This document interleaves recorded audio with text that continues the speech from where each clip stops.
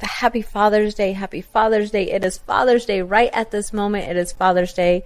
And for all of you, whether you have biologically had a child, whether you've stepped in and raised someone else's child as your own, whether you are an uncle who is helping take care of a child, you are a bonus dad, or you are just someone who helps in the community and you are helping out young men, young women, and helping to mold and make them, be there for them, then thank you and happy Father's Day to you.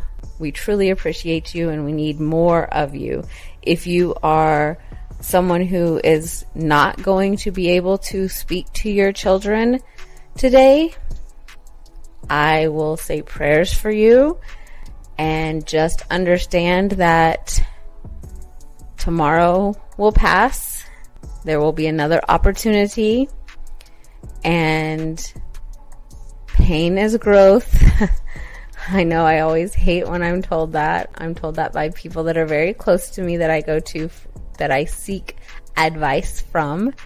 And it is, things change. Time heals wounds and things change. And especially if the children are younger, as they get older, you will have an opportunity to deal with them. And even if they're older and you have issues with them, you will get an opportunity to right wrongs. Oh my God, I'm tired. It's late. You will be able to right wrongs. So, making living amends, changing the way that you live your life, doing things differently will show them that you can be a different person, and it will give God an opportunity to work into your life and work you back into their life. So don't give up and continue on a forward path. Don't backstep. Don't backpedal, and always reach out, especially if you're the parent. I have a lot of adults who act very childish and say, well, it's the kid that should reach out to me.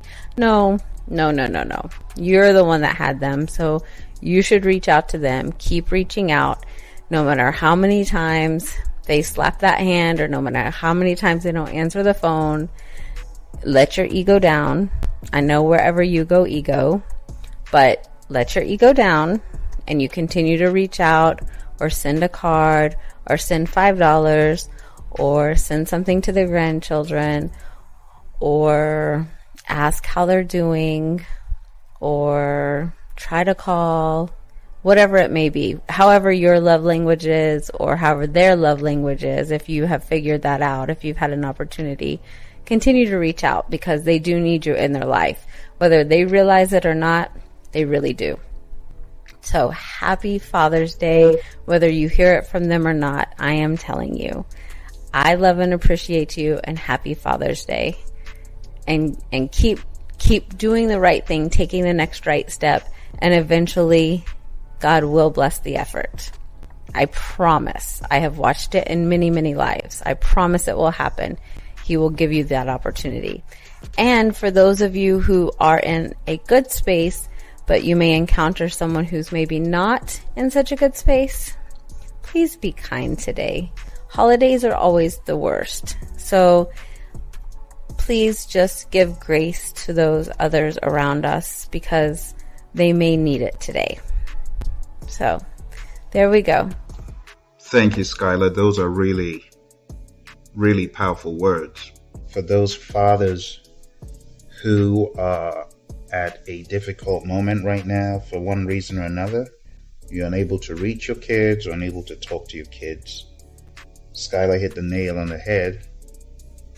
Do what you can. For kids who may be at odds with their dad, I'll share from my experience. I don't have my dad on earth right now, but I'm grateful for the time that we had together. And my advice to anyone who is at odds with their dad, or even with any of their parents at that, think about the fact that they may not be here forever. Some parents may have reached out and tried their best, but the kids are aloof and at a distance. I want you to just remember that opportunity once lost may never be regained. I remember being away from my base, working a gig, and I heard the phone ring, and I pick up the phone, and it's my dad, and he says, I'm in a really bad place. I'm in a bad space, health-wise. If you don't see me now, you may never see me again. But not everyone has that opportunity to get a phone call from their dad with a warning, or any parent with a warning of what is to come. So we need to live each day like it may be the last day we see any of our loved ones. Appreciate them, even if you're at odds with them. Do your best to make amends. Be level-headed. Be at a good space. Be in a good space yourself, mentally and from your heart, is what I would advise. Make sure it's not coming from a place of malice, of being vengeful. Always be in a good place. And honestly, I have found that to be the best policy, because when I'm not in a good place with anyone, family, parent, it really messes up. It messes one up. And I think about the last time I had a schism with a family member or parent. It just messes you up. So you need to be in a good place. Be level-headed. Always see the big picture of things. Don't focus on the minutia. See the big picture. I found out that when there's schisms from those who we're close to, it hits us worst. And for that reason, you always want to be in a positive space so it doesn't mess you up, so it doesn't mess them up. And as much as possible, extend the olive branch. Always be the bigger person. And that's my mantra. Happy Father's Day. Make the most of the day and keep being awesome. Bye for now.